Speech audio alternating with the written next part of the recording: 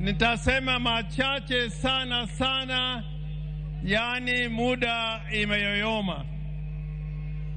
First, to maintain Your Excellency Ida Odinga, to Rosemary Jr.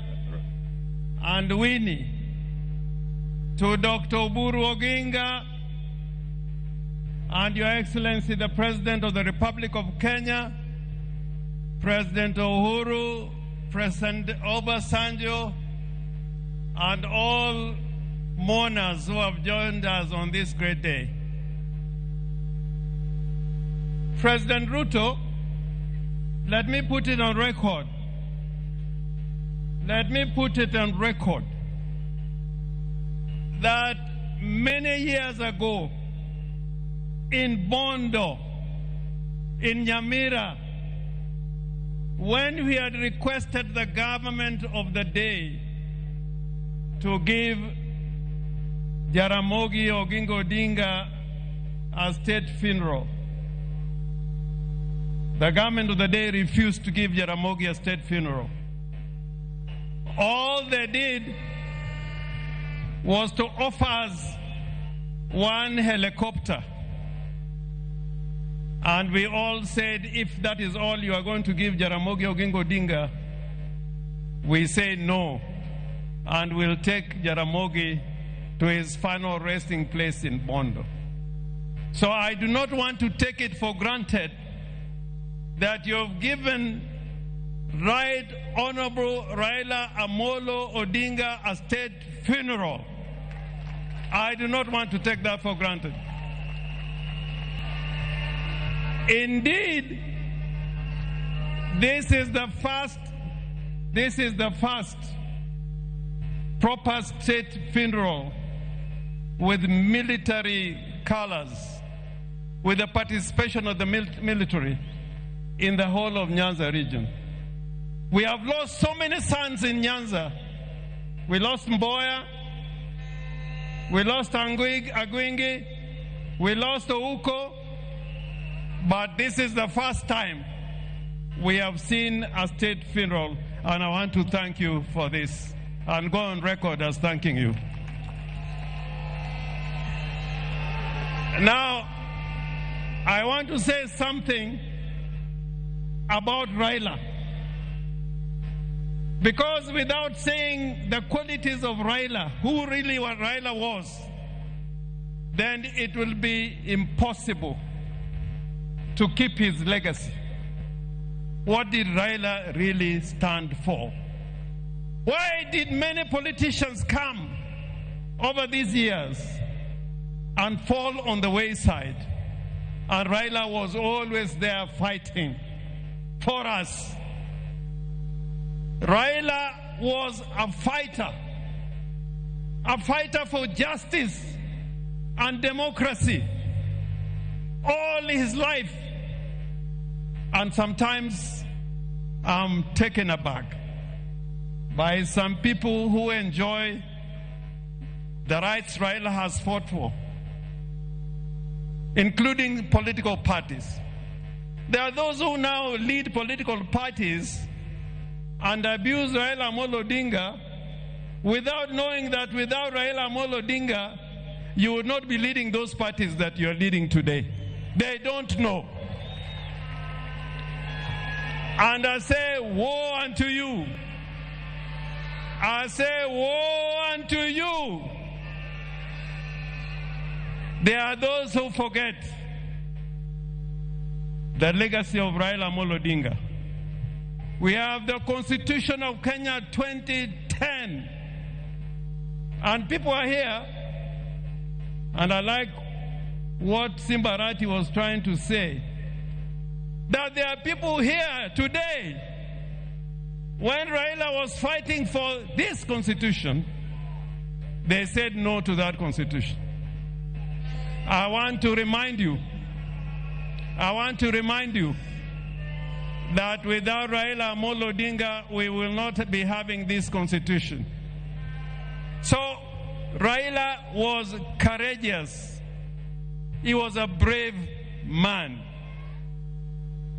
I remember after the elections in 2017, when his votes were stolen,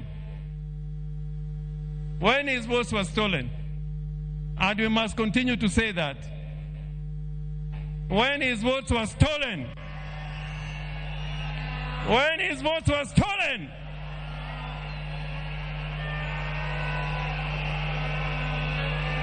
Raila decided with a few of us that he was going to be sworn as a people's president at Uhuru Park.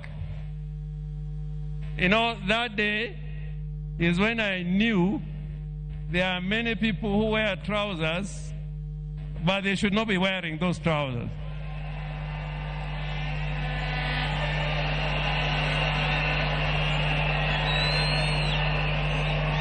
But Raila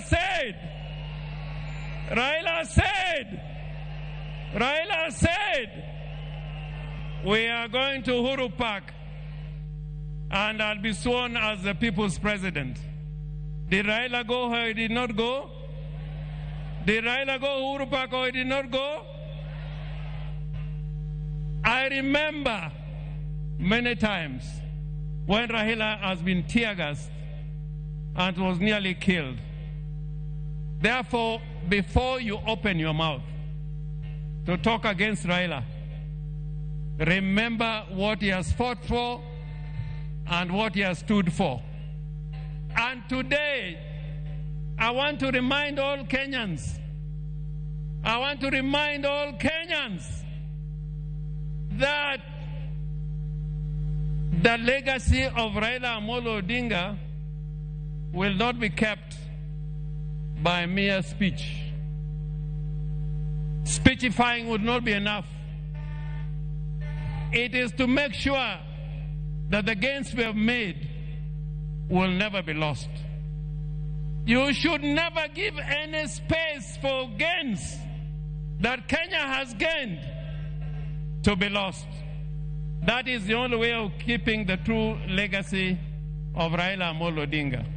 And President Ruto, I am confident that when you consider the agreement that you have between the party ODM and UDA, that both of you witnessed, that this will be fulfilled, because that will keep the legacy and spirit of Raila burning and burning and burning and burning.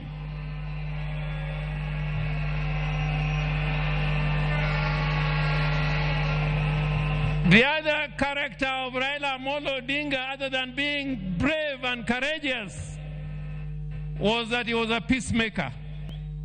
Raila was a peacemaker. And even today, we can see that Raila can bring Uhuru together, and Ruto is here as president. That was the true spirit of Raila Amolo Odinga, that the nation should keep talking together in unity and as brothers. Finally, I'm one of the people who believe that we must keep the party ODM. You must keep the party ODM. Remember the ideology of the party ODM. There's a huge delegation here, including the governor from Tororo, people from Gulu, my friend Olara Otunu, I think, is also in the house. We welcome you. But Olara Otunu, during Pinluo, when His Excellency the President and President Museveni was here, he spoke in Luo. And I want, if you have anybody near you, to translate what I'm saying. Nijo Luo wangi kitwa, kitwa, kitwa, kitwa, kitwa. In that spirit of the Luo nation, that spirit of Luo nation is like we like speaking the truth. We like speaking the truth. We like living in peace with our brothers. We like inclusivity. We are against those who are trying to tear Kenya apart and speak the language of division and tribalism and ethnicity. Woe unto you! So, President, I